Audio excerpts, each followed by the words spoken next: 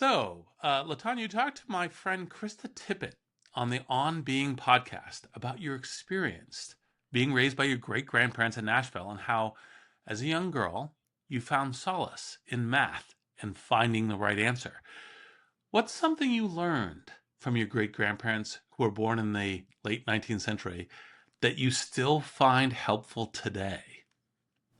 Oh my gosh, where would I possibly start? I think in terms of a life, sort of a kind of a north star, is definitely the golden rule. You know, to do unto others as you would have them do unto you is one of the things they often said. And then I think in my own work, my road to helping to pioneer data privacy had nothing to do with my great grandparents, but in reality, uh, I was called back to think about my great grandfather many times in the early years of doing work, because he was when he was 20 years old, he in fact he lived most of his life in the Jim Crow South, and as a black man at that time, he had lot of principles about how do you survive. And when you look at his principles of survival, they all came down to ways of having anonymity and how well it had served him. And the the reality that we, as technology was changing our lives and making us all live in these sort of transparent lives, and these sort of every minute of our lives captured in data somewhere, I often think about the inability to have that kind of anonymity, and how if things change culturally around you, it can be turned around against you if you don't have it. I mean, that is so fascinating. And I mean, one thing I just love about truly about your whole being is that you are such a positive sort of light, and yet, grappling with these tough issues. And certainly I'm sure you made your great grandparents proud with, your many, many honors. And so back when you were a grad student at MIT, you were studying technology, and you overheard someone say computers are evil. Can you say more about that experience? Well, I mean, to appreciate that experience, you'd have to kind of roll your mind back to the time where, as a graduate student in computer science, you sort of saw this technology revolution coming. You knew it was going to change everything in our lives. And of course, we believed it had nothing but upside. Computers were cheaper.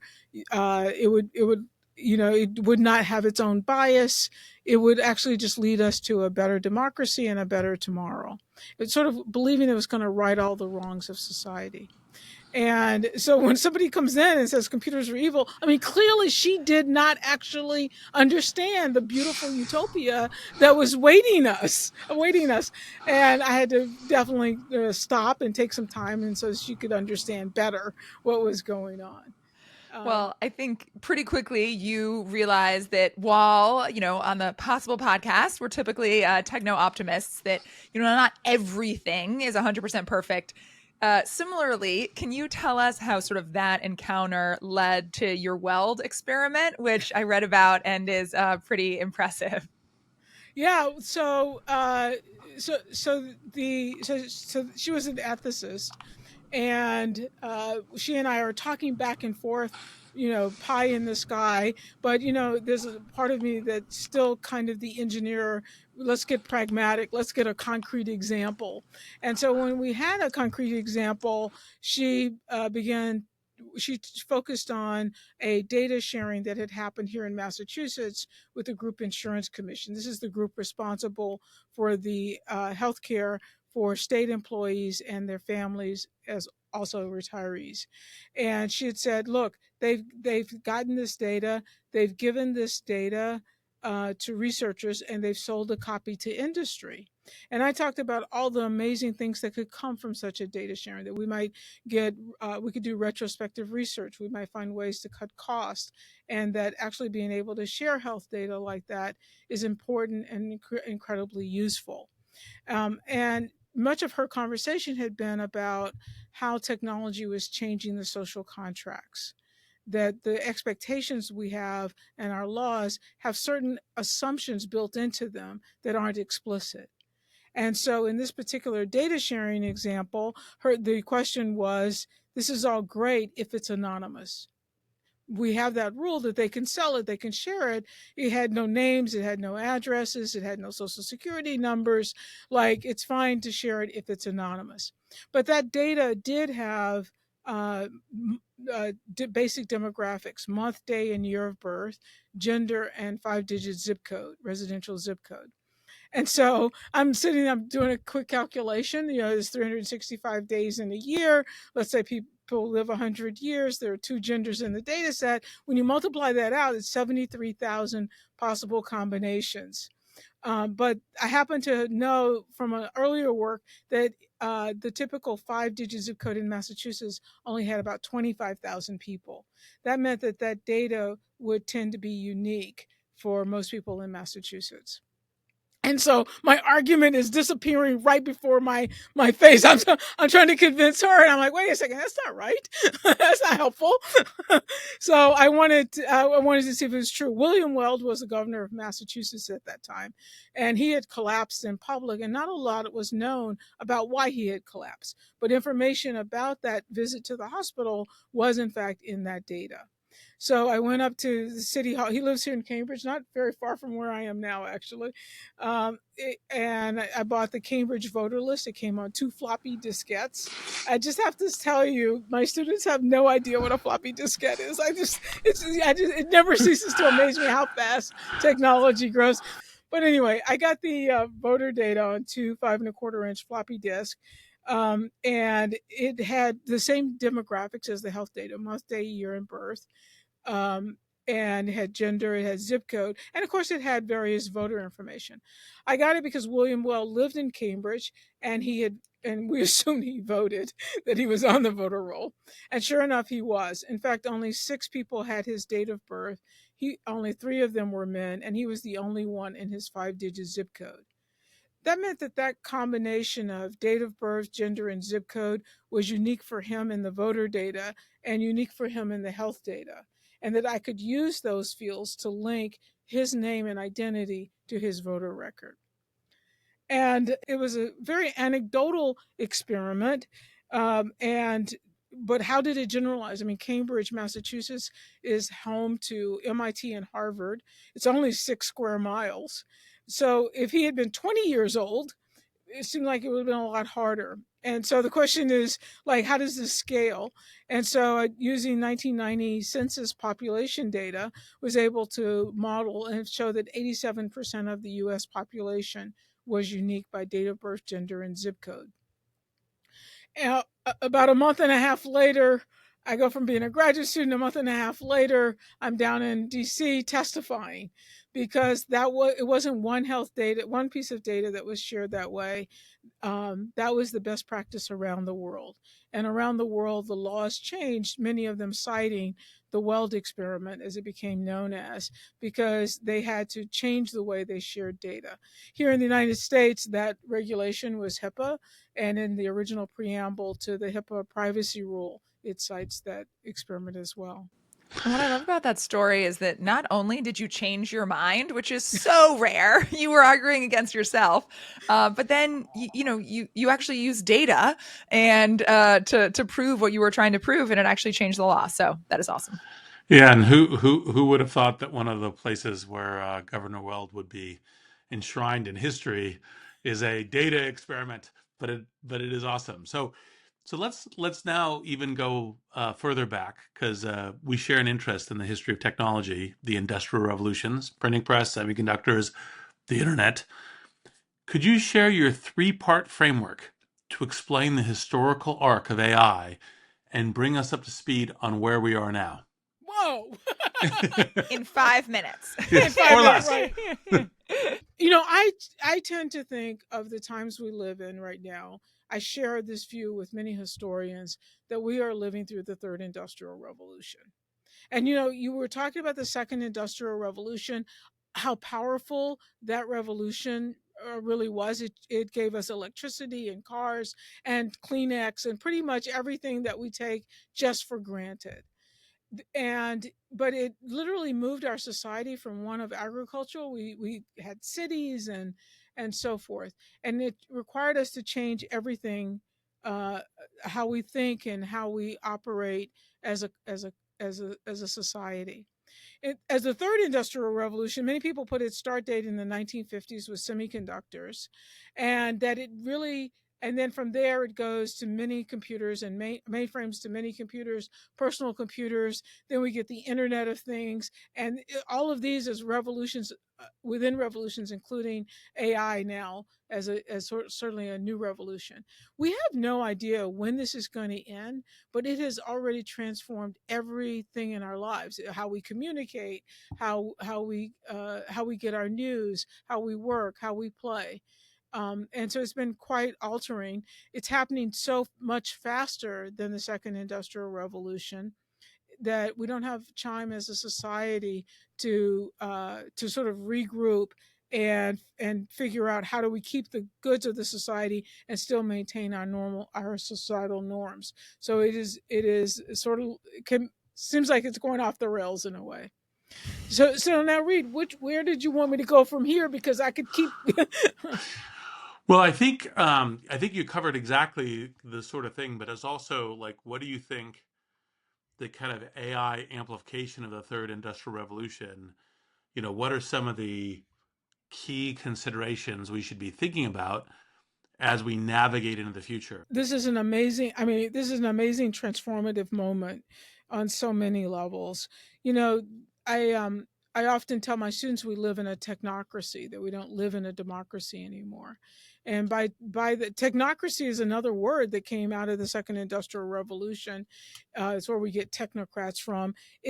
What it meant back then was, hey, we've got this new kind of society. We need people who are experts in economics to run our economy. We need experts in law to be lawyers in certain positions. And so this idea that you needed a skilled expert in certain places in government in order to navigate us forward is where technocracy gets its meaning. Today, though, I think of the technocracy we live in right now is one where the design of the technology dictates how we live. The rules that what our laws and regulations are only as good as technology allows them to be implemented and enforced. And the fact that so many of our laws and regulations can't be enforced online is a real problem. And as more of our lives are spent online, it comes down to arbitrary design decisions made by people we don't even know. When you and so right now it's already changed significantly. I mean, even something as simple as free speech. It's hard. I have a teenage son. His notion of free speech has everything to do with what most people who spend a lot of time online think free speech is. Has very little in common with American jurisprudence notion of free speech. And the idea that free speech is supposed to protect the voice of the underdog, to let the person who can't otherwise be heard be listened to, is not something that's not how free speech works online. It's much more, I can say whatever I want in your face, and if you don't like it, hey, that's free speech, just stomach it, right? And that means and so those are radically different.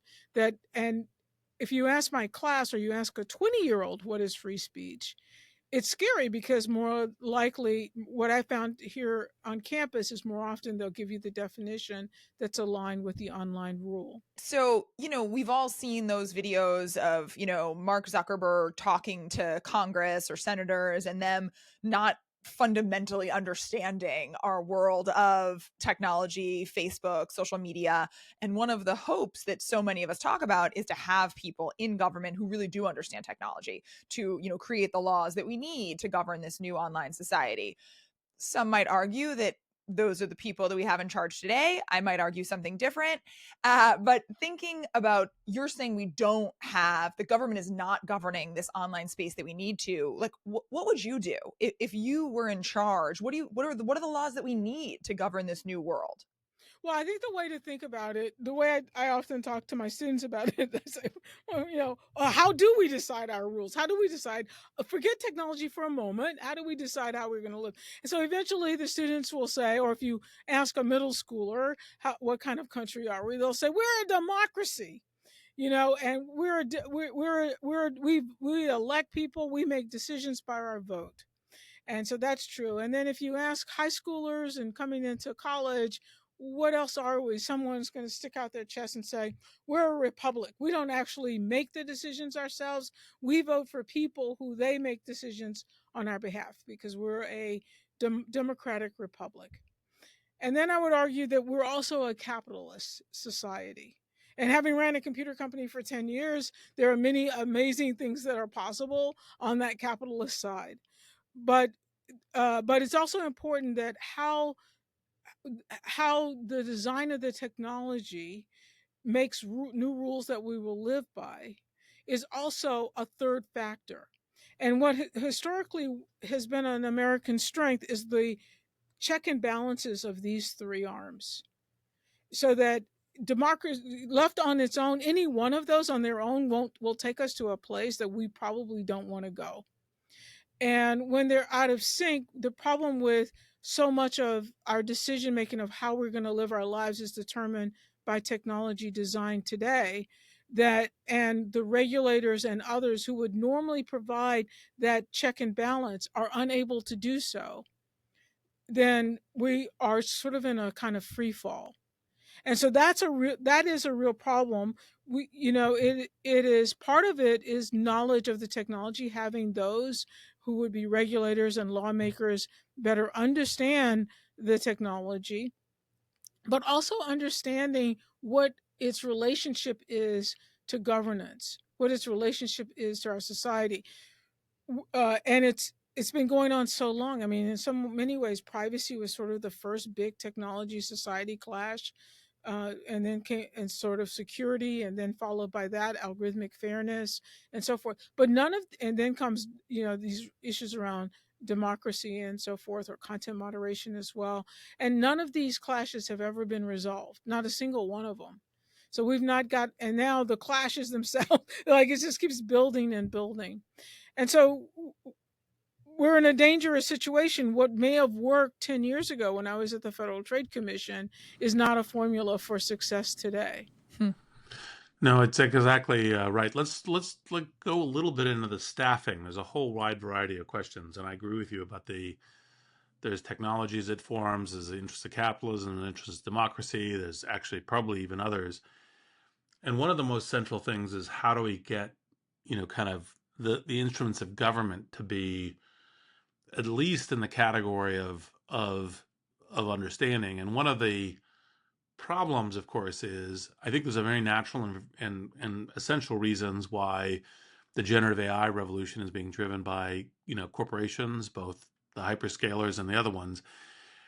But that's where the most fundamental knowledge of how this technology is evolving, what's being built into it is. And I find that once you get out of that group, it drops substantially. Not even when it gets to oh, like off a cliff. yes, right. So what's your do you have thoughts on kind of what do we do? Because part of the reason I've been advocating for more public-private relationship is just trying to kind of get the folks who have this kind of industrial, the kind of generative AI knowledge of what's currently there, much of which is not in universities, engaged in the democratic process. And people say, oh, it's a conflict of interest. And well, I don't, if they don't understand, if there's not some of that knowledge in there, I just don't know how the government participates. And so anyway, what's your, you've been, working on this, thoughts, ideas, questions? Generative AI is a huge leap forward.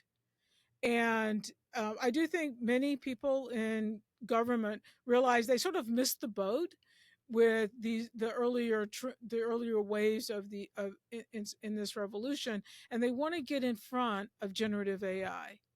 But the problem is they can't get completely in front of it, because if they really did get in front of it, they'd slow it all down, and that may not, and that would have other ramifications. I mean, the goal is how do we get the benefits of new technologies without the harms? And so if you stranglehold it, saying I'm going to control its growth, then you can. So if you rush to pass laws, you're likely to pass laws that could, in fact, prohibit the best ways it could grow forward. On the other hand, many companies want you desperately to pass laws. Why? Because they want to get out of jail free card. Right? They don't know the answer either. They know, they can see that it's clashing. They don't know what the right answer is. But if they got a law that says, well, whatever it does, it's okay, or we don't have to be held responsible, gives them a get out of jail free. So what you need, I do think the partnerships are a great idea, but most importantly, one has to shore up the government side. In particular, what does it mean to what are the societal norms that have to be maintained? Which ones is this technology or this particular manifestation of the technology in a particular product? Which one is it challenging or going off the rails? And what needs to be there to contain it? We wanted the benefits of it, but we just don't want these harms. So identifying the harms and then addressing the harms. And you in policy, we don't have to the other way policy goes wrong is it's too prescriptive. It says, oh, it must do it this way, or it has to do this. It has to be the opposite. I think it's about setting goals. One of the beautiful thing about technology and innovation is if you set the goals and the guardrails, let brilliance take its form. So for those listeners who might not know, you're like a real OG in the AI field. So in 2003, you wrote a paper, That's AI, a history and critique of the field. So a long time before LLMs and generative AI was like a blink of our eye. And in that paper, you described a fundamental division in AI between those who prioritize ideal behavior based on logic and probability, and those who see human behavior and psychology as crucial for sound reasoning. Yeah. Do you think that division still exists? Does it inform the research in the field, or have you changed your opinion? Well, there you go. So go back to when I was a graduate student. So I was a graduate student in AI. And back then, the belief was the way AI would work is us as humans had to figure out what was an intelligent thing, action, behavior, and then us as humans design a way for this stupid machine to do this intelligent thing. And our brilliance was our ability to translate the intelligent action into this machine. And so experts today, the best model of that is TurboTax. Right, where no matter who you are, the machine will guide you through completing your tax return and so forth, right? And then there was a bunch of just a couple of graduate students over in a corner talking about statistics and doing these neural net things. And the best they could do is if I gave them a lot of data, they could draw one line of discrimination, right? So the data had to bifurcate some field. It had to bifurcate into two groups, and then they would be able to have it plot a line for us to say, look what it can do. If the data were more complicated than that, it couldn't go any further. This was not good. This was definitely not a good thing. On the other hand, I spent a month of my life trying to get a computer to know the difference between a picture of a dog and a picture of a cat. So trying to make the intelligence work. Right. So then we fast forward all these years, and so back then that notion of building intelligence into computers, something humans would have to translate into machine, was really different than this idea of just having statistics that would figure things out just based on properties of the data itself. And by the time I'm writing that paper, there are two major camps happening, and they're sort of fueling with each other. Which of these camps is going to win? And what was causing that fuel wasn't that the techniques had gotten any better on the statistical side, as much as computers had gotten so much faster, and data, the ability to store data, was so much larger. And who knew we were going to be capturing so much data on our daily lives? Who knew we were going to be spending so much time on a keyboard writing email, writing documents, doing all this writing that a computer, that an algorithm could then begin to apply statistics to. And I mean, not to take away from Transformers, there were certainly very significant advances along the way, but the biggest change was that it's still very statistical in nature, but at the same, and it's mind blowing how good it is, right? I mean, it's just Mind blowing. really, yeah, it blows my mind I'm constantly amazed. Even very early forms of LLMs were, we had an experiment. So I teach students how to spot these clashes, do experiments to shed light on them, kind of like the Weld experiment. We just do it at scale with students. So one of my students was interested in federal comment servers. One of the ways we change regulations is an agency will announce, we're getting ready to change a regulation. We're opening it up for public comment. In the old days, you would just go down to DC and just start yelling in Congress and so forth inside of the Senate halls. And then they moved it to online, so you provide your written comment. And so there had been an example where it had gone haywire when someone just really took a bot, and it would just sort of mass produce the same content, just changing it up by randomly choosing between certain sentences. And afterwards, people figure that out. But even in the babyest, earliest versions of LLM, what Max did was took he had it learn on some old content of what people had said about this topic, and it was writing original responses, and each one was original. And any way that you think you could statistically identify it from what a human wrote wasn't really feasible.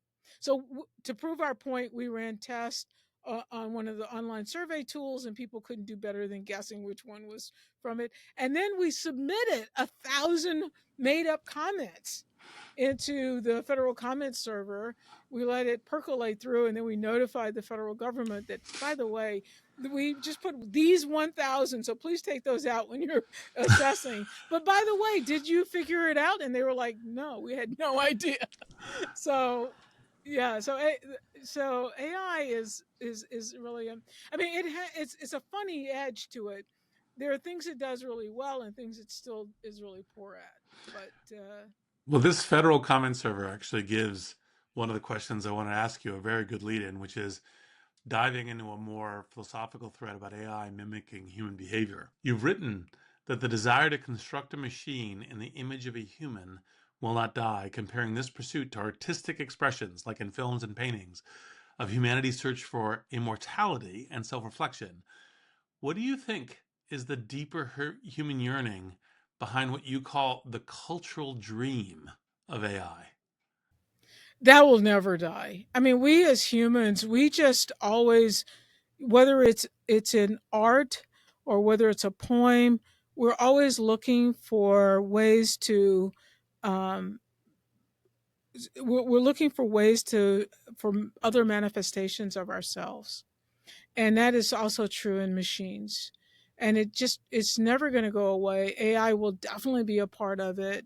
The current trending and generative AI is certainly going to help move us in that direction more significantly. I mean, even down to just robots.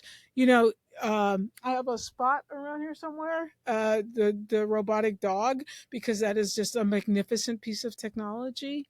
And we personify them. Almost any human will start saying he right when they see Spot. And I have Pepper downstairs, and people will say she. And you just can't help it. It's your ability to want to see, recreate human. It's a way of recreating ourselves. So one of the things, we've talked about the great promise of generative AI. And like you just said, it's like impossible not to treat it as a human because it's so good and gets so close to it. But you've also said that a big challenge is answering the question around truth. Like, how do we build trust at scale? And so I would love to hear from you. Like, what do you think it will take? And how do innovators look for these solutions around trust in AI? So people are already trying to answer that question, right? The filters on these LLMs. I'll just use them as an example. People are coming up with all kinds of band-aid approaches to try to build trust. So people will probably still keep trying to come up with band-aids. To Reed's point, people who actually know how this technology work will do something deeper than a filter on the outside in order to try to help us better understand trust. It's not um, There's a part of generative AI that will always be able to manipulate us. And I'll give you an example as to why I say that. Because we have a predisposition. So I was the chief technology officer at the Federal Trade Commission. And one of the things that I learned there is uh, what will make people turn over their life savings to a stranger, or get their parents to not only they turn over their life savings, but their parents' life savings and their children's life savings too. And it has to do online when you are in community with a small group that shares a lot of the intersections with you. The more intersections that group shares with you, the more you trust them. Generative AI has the ability to build trust just between the AI and myself, right? That it understands me, and as a human, feeling that it's not doing that. So we can keep it at a distance by saying, these are the only tasks I'm using you for, dude. You stay over there. Listen, I will just ask you for these things. But it's the minute you find yourself, and you may not even always know that you're in conversation with, it's going to be huge. How do you build trust? Because you will definitely trust it in a way that you might not trust many humans. Right. That's the flip side. Too much trust. Yeah, that's a new kind of vulnerability we have. I mean, and the issue of trust in the wake, sort of in this rise of generative AI, is absolutely huge. It is the right question, because there are just so many aspects of that trust. I go online to Amazon. We have to redo everything now. I go online to Amazon and I want to buy something, and I'm looking at the reviews. Now, did humans write those reviews, or did a generative AI write those reviews?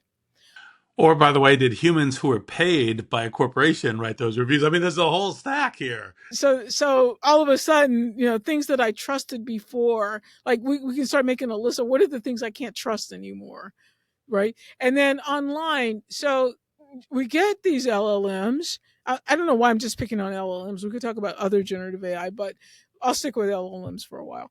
Uh, we we got these amazing LLMs because, in fact, it reviewed all of the stuff we put online that's publicly available and even semi-publicly available, and most of that was human generated. Almost all of it was human generated. But because it's so good at regurgitating and remixing and regurgitating back the remix version and so forth, in a couple of years, most of the online content is going to be AI generated. And then all of a sudden, it changes our notion of trust of online content. Well, speaking on the trust side, this actually gets to another of the questions that I was looking to ask you, and it is funny because I asked Inflection, the AI company that I co-founded, is chatbot Pi. What key elements should be incorporated into a new social contract that ensures technology serves human purpose and upholds democratic values? Because I knew I was talking to you, so I'd start with Pi and get there. And Pi, yes, exactly. Pi said, transparency, clear and open communication about how technology is being used, who is using it, and for what purposes is essential. Accountability. Those who develop and use technology should be held responsible for its impacts on society.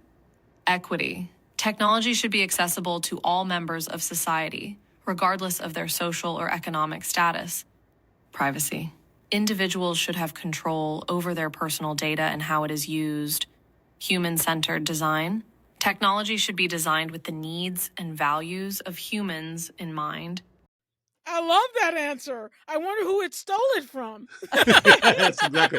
Might have trained on someone that we're talking to, possibly. So I love that answer. The thing that I find funny is, and then if I ask Pi, all right, Pi, exactly how did you come to know this? It will probably answer with, well, I know. It'll give you a nice full throated answer. And of course, it's not being transparent or honest, but it's doing the best it can. Yes. Well, these, as you know, these LLMs, the basic thing is they're generative, which you could say Yeah. is great at essentially imagining or bullshitting or hallucinating, but they're trying to be constrained to answers that it thinks you want to hear, which we're trying to train it in ways of saying, yes, truthful, helpful, right, is how we're trying to constrain that set of capability. Truthful doesn't mean the same as what we mean, right? There's kind of a we're kind of talking to the point that I'm continuing to personify now Pi. The there is a kind of, the communication is missing each other. What we're after for truth is a is debatable sometimes, and is also not the kind would its notion of truth is totally different. It's like, I'm giving you the statistical relationship between these words. What more can I do for you? you know, you want more statistical relationships? I can take that word out and I will compute something else for you.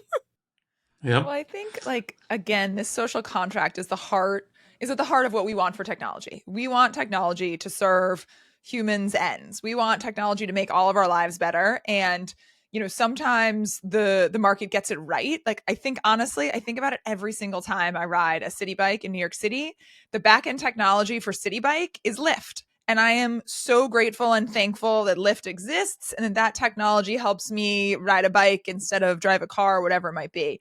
And you are one of the pioneers of public interest technology.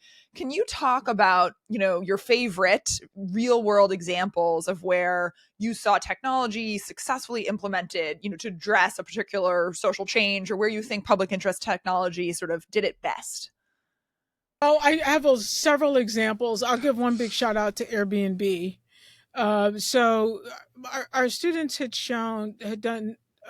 So in the spirit of the Weld experiment, I teach students how to do this, and then they do this at scale. And the work that they've done has gone on to change laws and regulation and business practices. And one of my favorite examples of that is, in fact, Airbnb. Students were professor here at Harvard had shown that host on Airbnb in New York City, if you were a black host and a white host and you were offering comparable properties, the black host made about 12% less, because that was what the market would bear, if you will.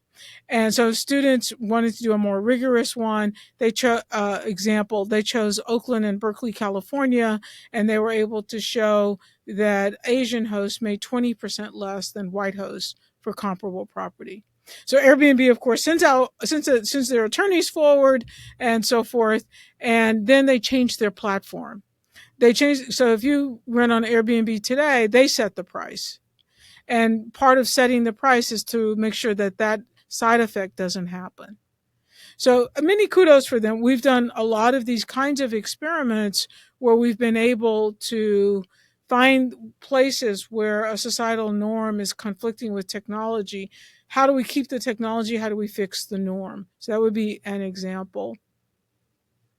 You mentioned blue bikes. I just want to say, one of my students. Bicycle sharing had the problem that when you would go to a station, there might not be any bicycles there. Or when you go to a station, there's no place to put your bicycle. So one of my students, Drew, came up with a fantastic algorithm to solve that problem. And it's been used in cities around the country. So anyway, I'm just telling you, there's a zillion low hanging problems to which students can address, and that's part of what we do in public interest tech as well. I love it. And I think it's so important because it's something I struggle with because, the underlying technology might not be racist or sexist or whatever. And there's no ill intentions from the technologist. But when it bumps up against real world discrimination, it creates this outcome. And so I think we need to get to a place where we're not, I don't know what it is, but like we're not accusing anyone of anything. We're just saying, like, now that we know, we have a duty to fix it. Now that we know, we can actually use technology to solve the problem, and like how magical that is, because you can study it and because you have the data, you can see, oh, well, Airbnb made this simple change and all of a sudden Black and white hosts are actually getting the same amount of money. What a beautiful outcome. So I love that in particular. Thank you. Yeah, and this takes us back to the earlier argument, earlier part of our discussion, rather, around these three pillars of democracy, republic, and capitalism. So when they're out of sync, so we got the leaked Facebook document from Francis that Francis Haugen produced. But one of the things that jumped out at me right away from them was how badly they do content moderation. I mean, just on so many dimensions, how poorly it is. Now, the second thing that jumped out at me is, and we don't know how to do it any better. In other words, this is clearly a computer science problem that no computer science school or group of thinking has really started to address.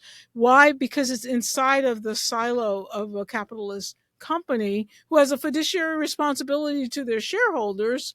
And so they don't want their bottom line affected by the kind of exposure. But somehow we've got to find a way that it's okay to say, I don't know how to do this. Here's money or whatever. Can we get 1,000 great minds to work on how do we do content moderation better, for example?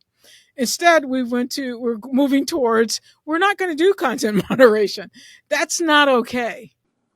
Yeah. How would you set the problem? Like, one of the things that I've been trying to kind of get to is, like, kind of, you think of this public-private, is like, you'd say, okay, we'd like you to be solving this problem better.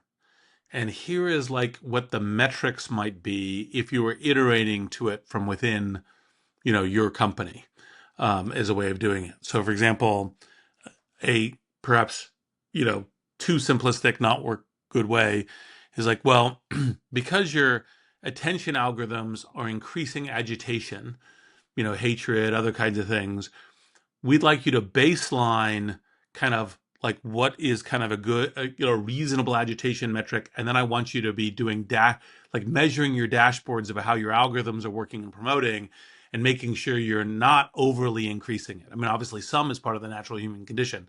That's one. How would you think about, for content moderation, misinformation, fake news, other kinds of things, like how would you think about trying to kind of like facilitate hey, if you were doing X, Y, and Z, inventing technology for it, because, to have it be a, kind of within a kind of an invention loop, a reasonable economics loop, what would be the gestures you'd make? So, Reid, I love the word I love the most of all the words you said was set a metric.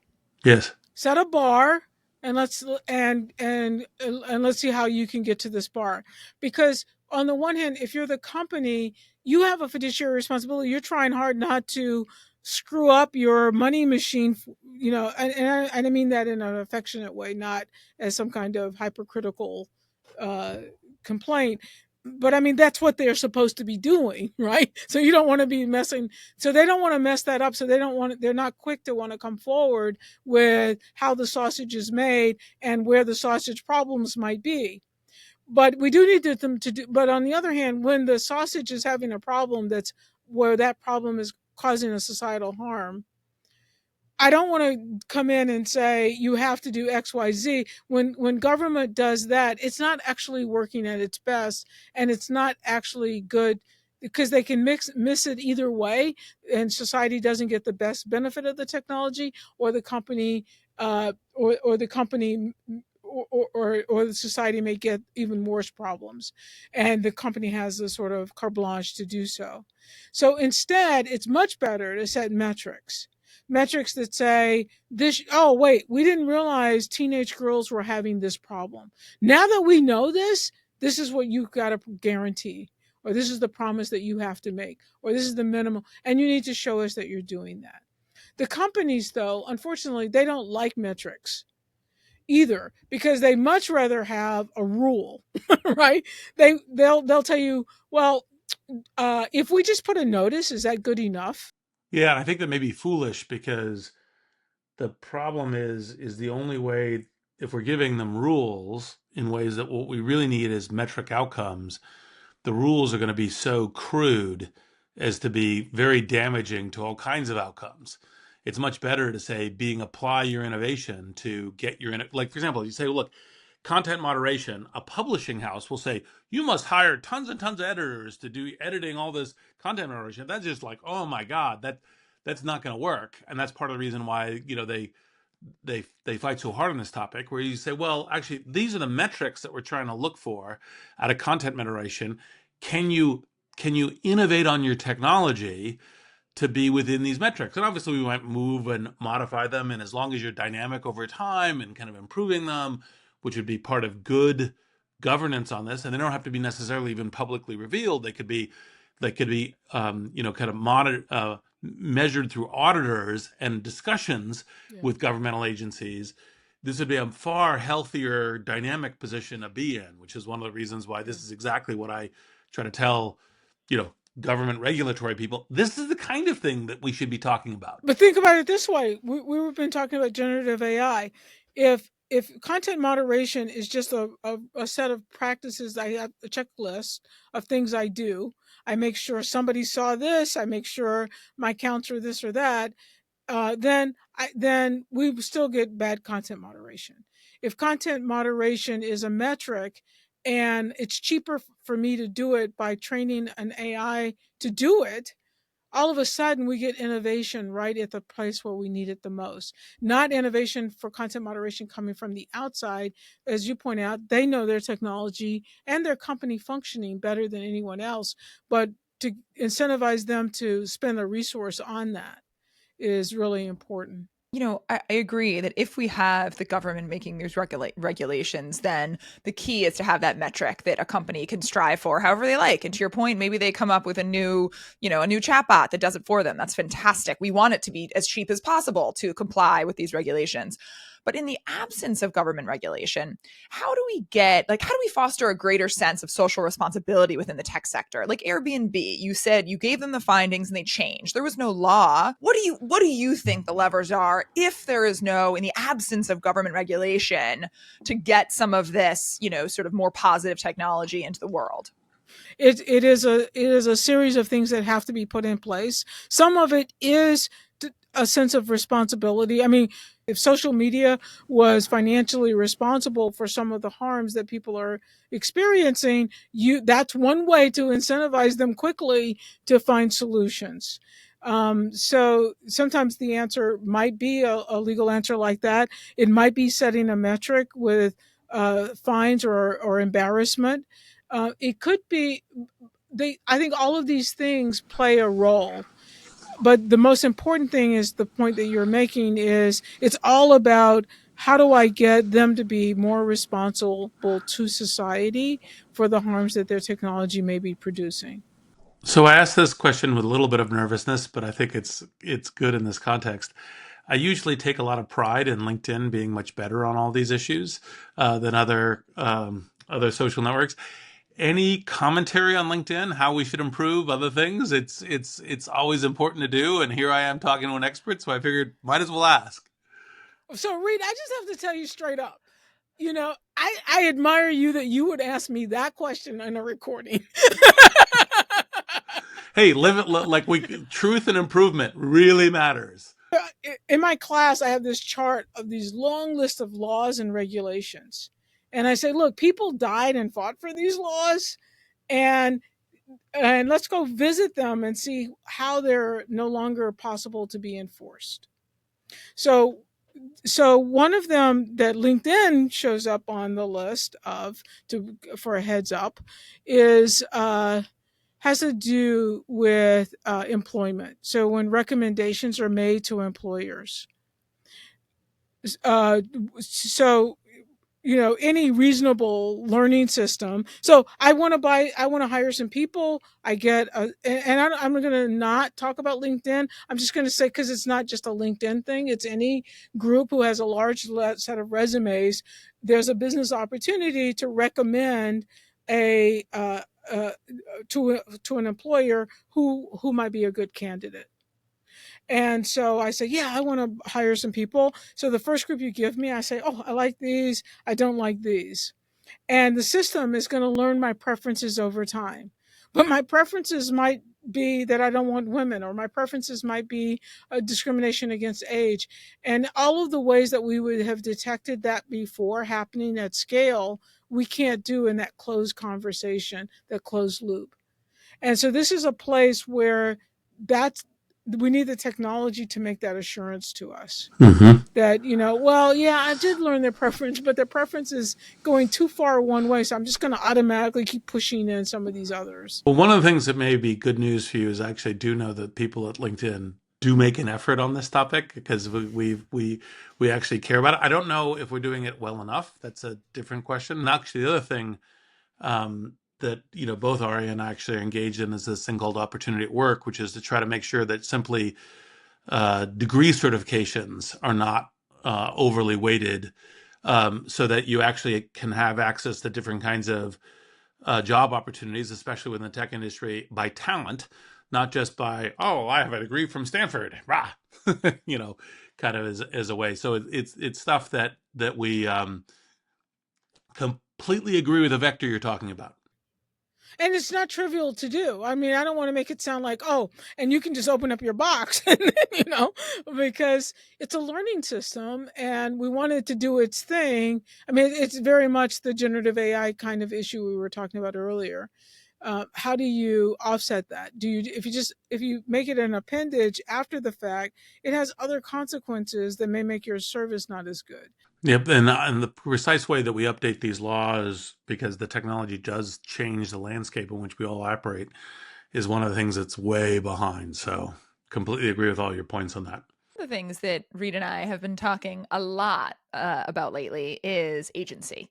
And so you might know Reid recently wrote this new book called Super Agency. And the idea of super agency is when like millions of people get simultaneous access to new technological breakthroughs. And so it has those network effects. So it doesn't just benefit you, it benefits everyone around you. And everyone around you having that additional agency benefits you even more.